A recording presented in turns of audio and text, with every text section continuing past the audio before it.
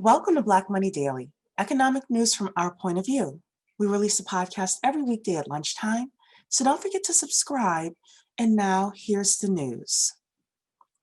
The U.S. economy shattered growth records, but fails to snap coronavirus recession. This is due to businesses reopening after the shutdown. The third quarter was one for the record books. Gross domestic product, which is the broadest measure of economic activity, grew at an annualized and seasonally adjusted rate of 33.1% between July and September. It was the fastest growth rate since the government began to track quarterly GDP data in 1947. U.S. Black-owned firms have made a surprising comeback to pre-COVID levels. Black-owned businesses were dealt a crippling blow in the months of the COVID-19 crisis.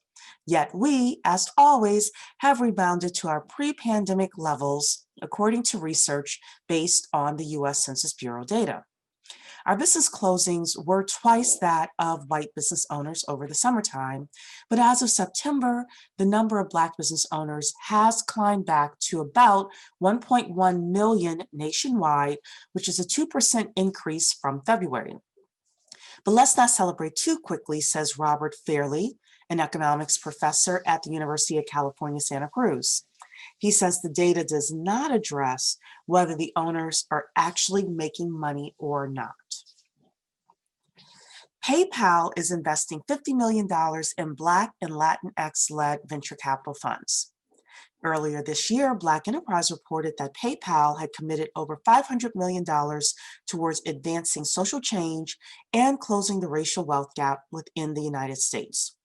This week, as part of its commitment, the tech giant has announced that it will invest $50 million into early-stage venture capital funds for Black and Latinx businesses.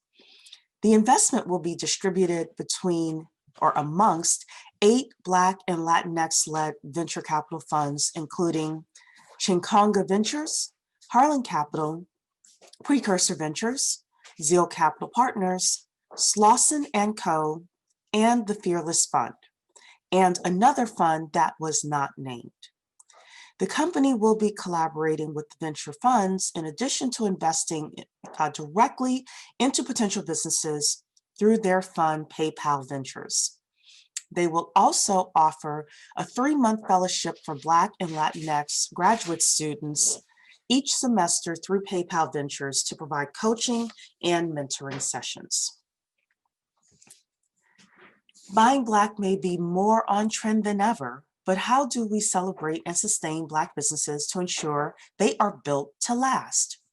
A new video podcast series by American Express aims to do exactly that.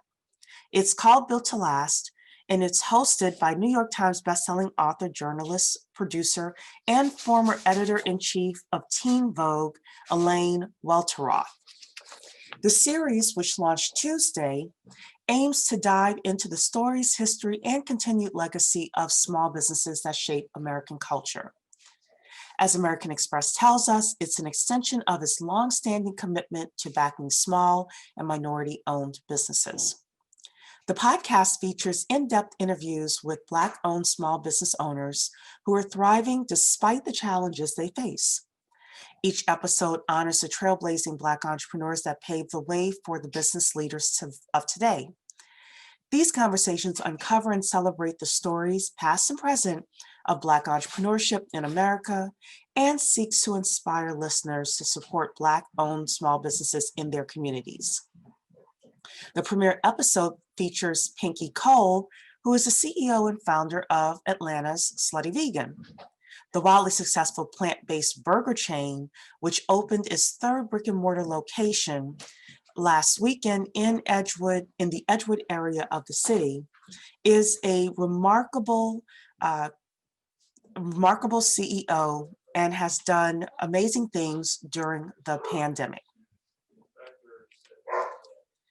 Today's show is sponsored by the 10K Project, and we do have an upcoming event that is the Family Wealth Challenge. The introduction to the challenge is going to be on Monday, November 2nd at 6 p.m. Eastern Time.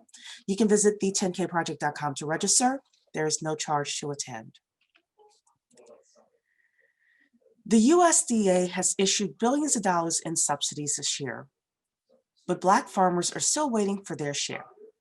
The federal government is projected to issue record subsidies to farmers across America this year. The cash has been a boon to a significant part of rural America. However, Black farmers say that they have not seen any big changes to keep their farms afloat. The administration engaged in a trade war with China in 2018, and it created a subsidy program to mitigate farmers' losses. Retaliatory tariffs by China, natural disasters, and the pandemic have dealt such big blows to nearly all of the country's agricultural exports that this year alone. The subsidies are estimated to reach a record $46 billion, according to the New York Times. Black farmers say this level of aid has passed them by, not just in 2020, but also historically. John Boyd, who is the founder and president of the National Black Farmers Association, which has 116,000 members in 42 states, says, open quote, that money went predominantly to white farmers and large corporate farmers, close quote. In 2019, The Counter, which is a nonprofit news organization focused on food and agriculture, reported that 99% of the subsidies provided to farmers linked to the trade war with China went to white farmers. In 1920, there were almost 1 million Black farmers. However, today there are fewer than 50,000, according to a USDA report from 2017. Every Thursday is Tech Thursday, and here is our CTO, Talisha Shine, with a tech tip. Hello, I'm Talisha Shine, Chief Technology Officer here at the 10K Project, bringing you a tech tip for the day. Looking for ways to distinguish yourself and your business on social media? Customizations within platforms is a great way to do this. Now, Facebook gives you the option to customize your profile within Facebook groups. With the ability to update both your cover photo and bio, you can now differentiate your profile to convey information that is both pertinent and relevant to the groups you've joined. Simply enter a group, click on your profile picture within the post message section, click Edit Profile, make your updates, and then save. Also, Facebook is expanding its Messenger API to support automated Instagram messaging to allow businesses to have pre-configured responses to some of their most common direct message questions. If you're using Instagram for business, automating your FAQs with customized messaging is a great way to expedite customer engagement, along with ensuring your business messaging remains authentic. The messaging functionality is currently in closed beta, so be on the lookout for it to arrive here shortly. Yet, the group profile updates are currently available. If you'd like to see side-by-side customization, come visit the Black 10K Project Facebook group, and you'll see mine there. Thanks so much, Talisha, for that tech tip. And that is today's podcast. We'd love to hear your comments about today's topics. And don't forget to rate, comment, subscribe, and tell a friend or two about Black Money Daily.